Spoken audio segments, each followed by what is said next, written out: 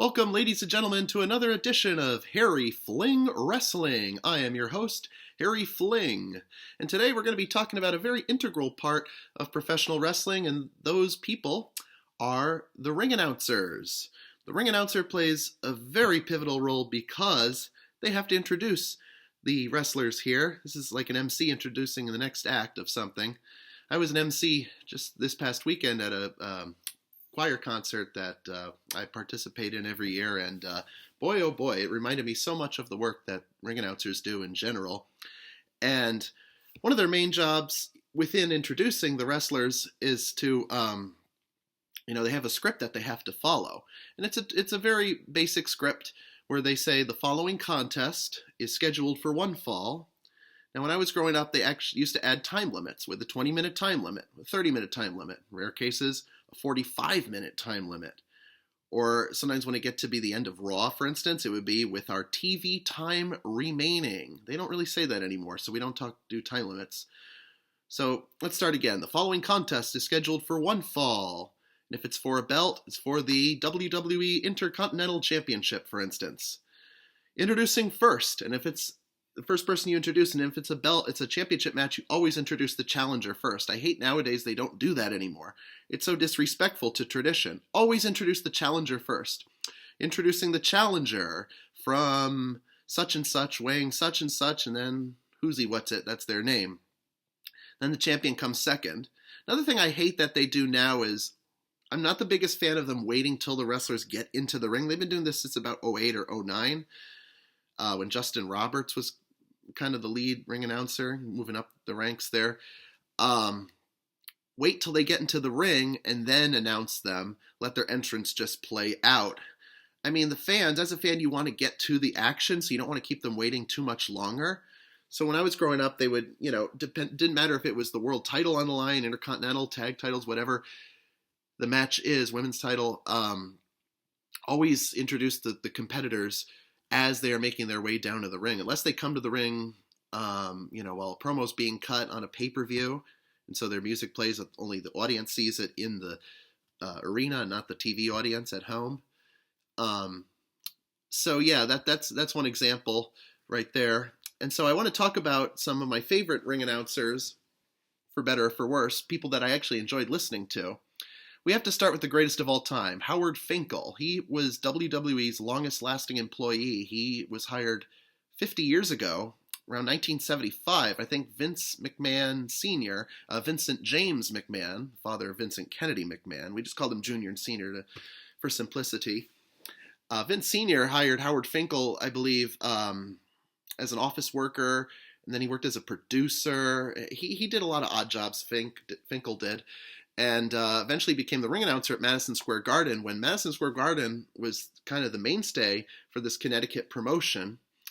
This was going back to the territory days. Vince Jr., Vincent Kennedy McMahon, the son, didn't come along yet. So Vince Sr. respected the territories, whereas his son did not, because he effectively put all the other territories out of business and turned the World Wrestling Federation into the conglomerate that it is today, World Wrestling Entertainment, because of the name change, but we're not going to get into that. So, Finkel was originally stationed in New York City, Madison Square Garden, and Howard just had this way of making every little thing feel important, which is what you're supposed to do, and not all the ring announcers have this gift. I should be out there doing this job, but that's okay. I'm happy with what I'm doing right now.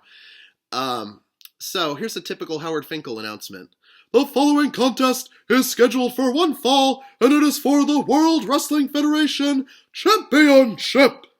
Introducing the challenger from Victoria, Texas, weighing 247 pounds, Stone Cold Steve Austin. Okay, that's just an example. I just thought of that just now, so there you go. Austin's more like 252, but hey, I'm doing this on the fly, so cut me a little slack here, okay? So Howard, just the way he projected it and the way he timed himself efficiently, just made it sound like you were listening to the biggest piece of news ever. That's why I love this guy. And I was so pissed off come 2003 when Raw and SmackDown decided to have their own pay-per-views. Raw exclusive pay-per-views and SmackDown exclusive pay-per-views, and then the big four, they combined them. Howard Finkel was effectively taken off these pay-per-views in favor of Lillian Garcia. And I don't hate Lillian Garcia, but she's no Howard Finkel, I'll tell you. Not everyone I talk about after Finkel's going to come across as second fiddle. I'm sorry to say that, but he set the bar ridiculously fucking high. So I think they wanted to phase him out by the time the year 2000 came. And if you remember, Backlash 2000, Lillian Garcia carried that broadcast as the sole ring announcer. I guess they wanted to do a little trial and error with her. They didn't want her calling WrestleMania. She definitely wasn't ready yet. And when she came in the August of 99, Lillian Garcia debuted. It took her a long time to really find her groove, find her niche, so to speak.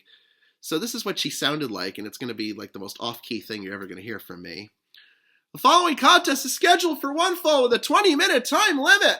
Introducing first from Pittsburgh, Pennsylvania, weighing 248 pounds, Kurt Angle! Well, but she got much better. From Miami, Florida, weighing 275 pounds, The Rock! But now she's a lot better, and it's harder for me to do it because it's out of my key, her exact tone of voice. She's a fabulous singer, by the way. If you haven't heard Lillian sing, go out, search out YouTube and see what you can find. She actually did a live performance of one of her songs. She wrote them. She's from Spain originally, so she wrote some of her songs in Spanish. Very beautifully written and spoken and sung.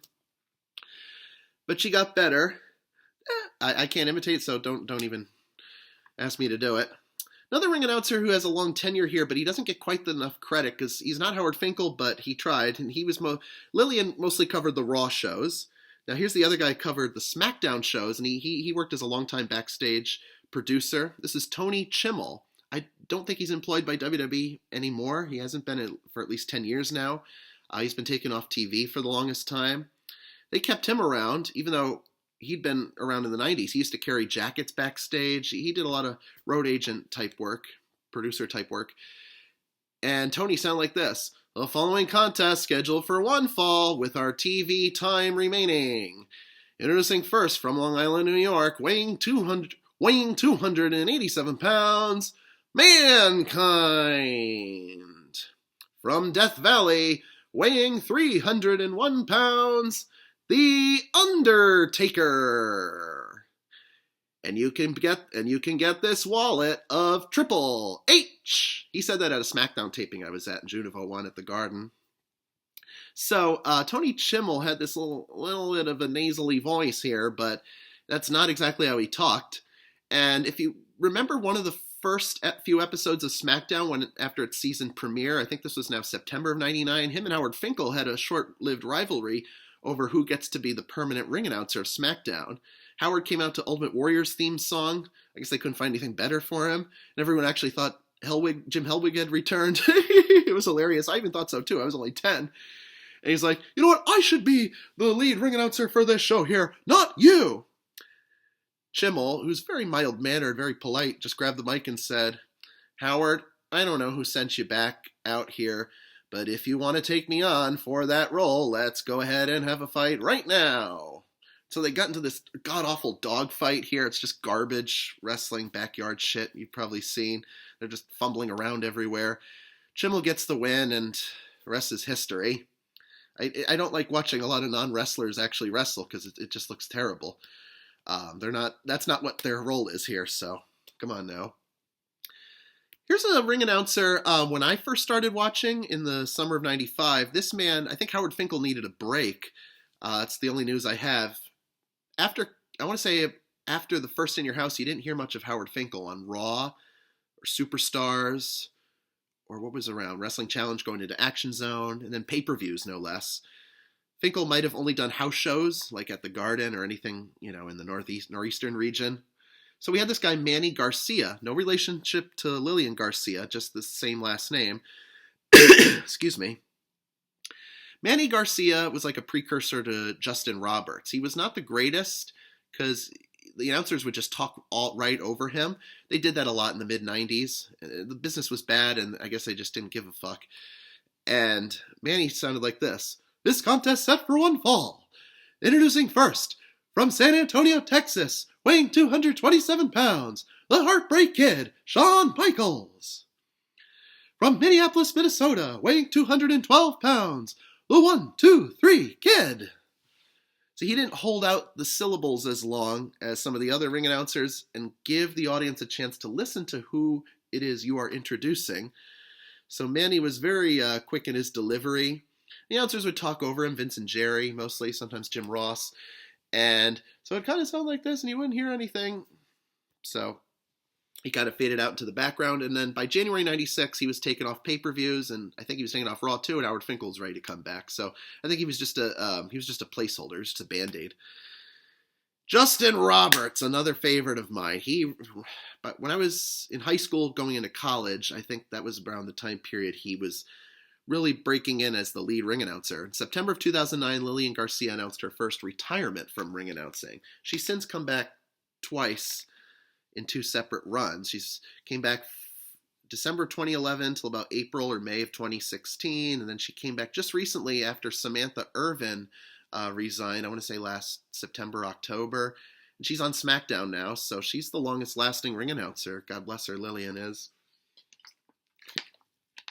As of this recording, mind you. But Justin Roberts, he took off where Manny Garcia left off and kind of had that same tone and inflection. They almost kind of looked alike. Manny's much older. Justin really made you feel like you were watching something special. ECW on Sci-Fi was where I think he hit his stride.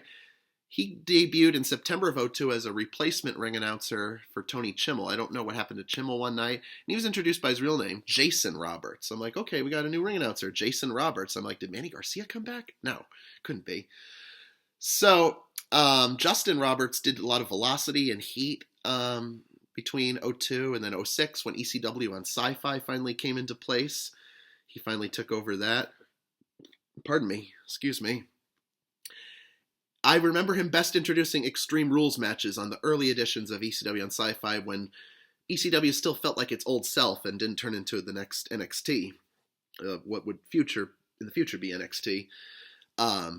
This contest, set for one fall, will be contested under Extreme Rules.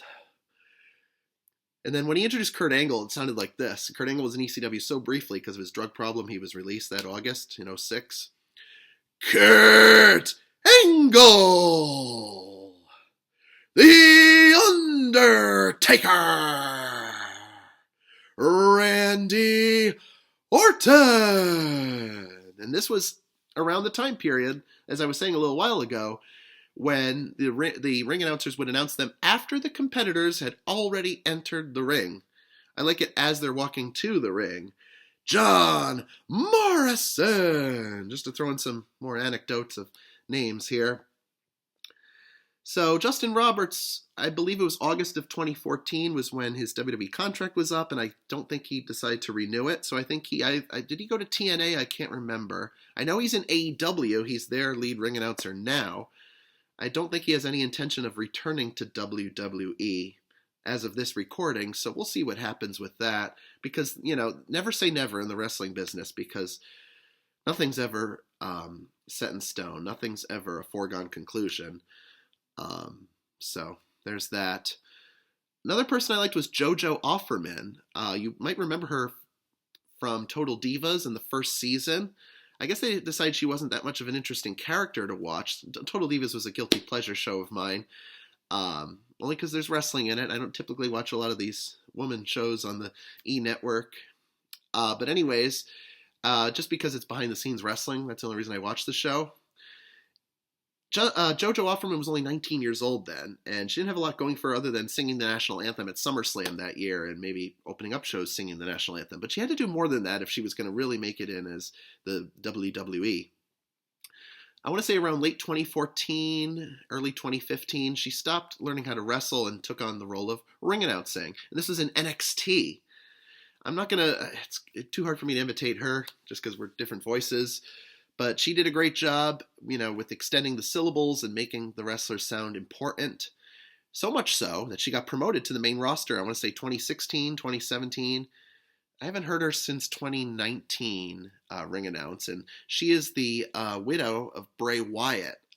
She and Bray had Wyndham Rotunda, his real name. They had, I think, 2 or 3 kids together, and Bray passed away 2 years ago, so she's been widowed for a long time now, and I hope she's holding up okay. She seems like a sweet gal, and I always liked her, and, she worked hard to get to where she was, and I always liked JoJo.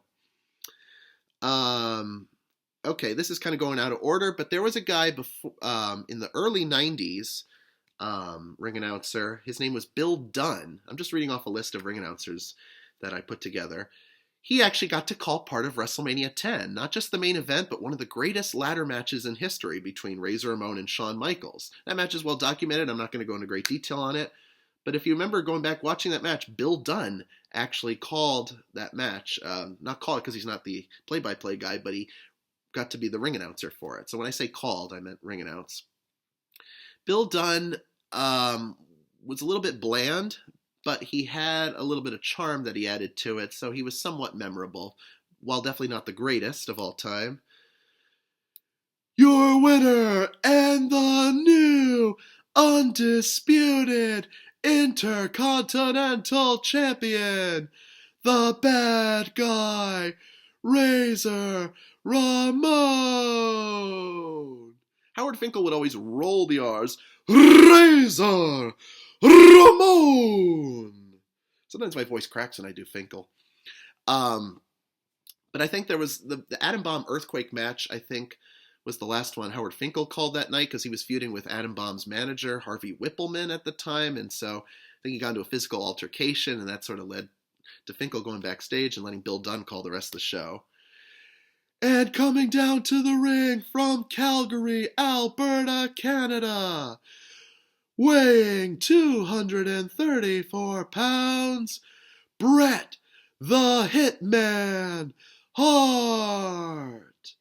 Bill Dunn also called the 1994 King of the Ring in its entirety. Good for him for doing that. Speaking of ring announcers from this time period, somebody before him, our first female ring announcer we ever had, Mike McGurk. I think Mike might have been short for Michelle. So April of 88 she debuted, and she left sometime in the middle of 93. When she first debuted, there was this funny exchange between Heenan and Monsoon. I talked about them in my Funniest Moments video because of their chemistry together. I think Bobby Heenan was wondering, now why does a nice young lady like Mike McGurk have a guy's name, Mike? Is her brother's name Sally? I actually laughed when I first heard that. That's not the exact dialogue verbatim, but Mike McGurk, because they traveled so much, the travel schedule was so brutal back then.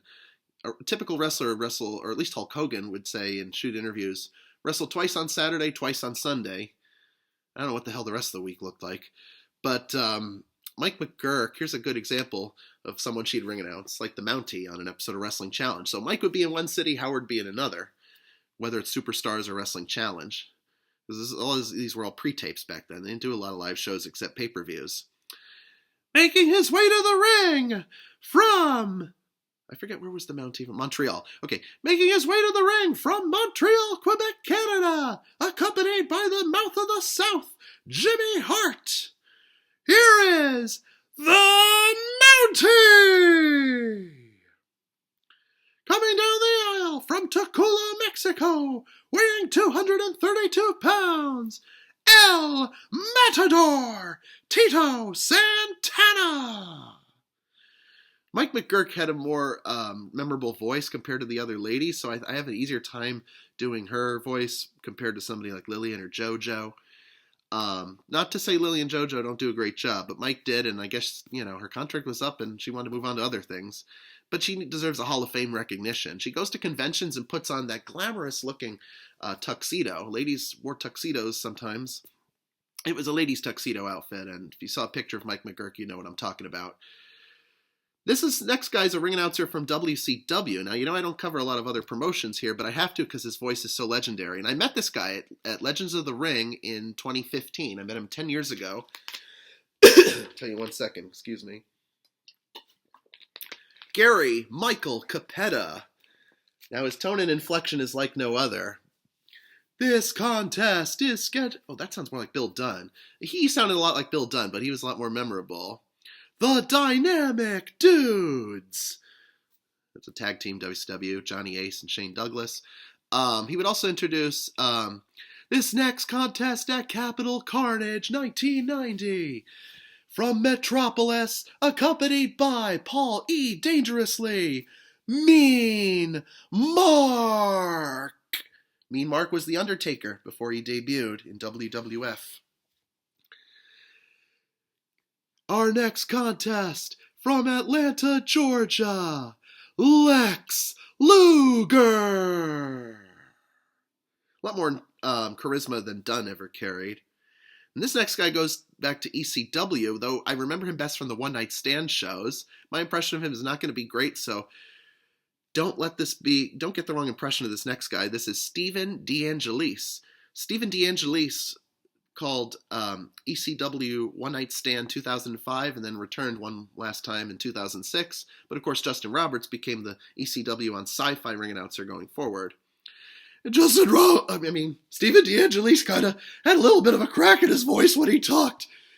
But this is just because I can't do a great impression. And so he'd introduce this next contest scheduled for one fall from St. Louis, Missouri, weighing 268 pounds, from Raw, Randy Orton. That was the match between Randy Orton and Kurt Angle in a promotional match from ECW One Night Stand 2006. From Raw, Randy Orton. Now, imagine having to listen to that. It's not as bad as what I'm doing here. Now, sometimes I can't do great impressions, so take it with a grain of salt. Now, getting to some of the more recent people, we have Mike Rome, who started in NXT and is carrying, I don't know what he's doing now. He might have gone back. Because now you have Alicia Taylor on Raw and Lillian Garcia on SmackDown. And before Alicia Taylor, you had the great Samantha Irvin. Oh, I'm so sad she left. She was the real-life spouse of Ricochet. Ricochet was let go, and I think she left not long after to be with her husband. I think they're in AEW or TNA. I'm actually not sure. I would think more AEW because TNA has the working relationship with WWE now under the TKO partnership.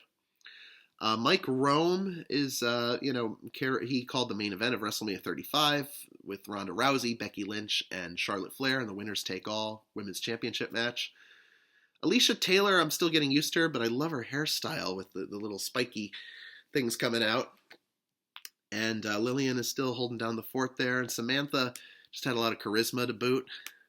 So anyways, that's my brain dump here about ring announcing. Again, another great edition of Harry Fling Wrestling. I am Harry Fling, and until next time, everybody, bye-bye.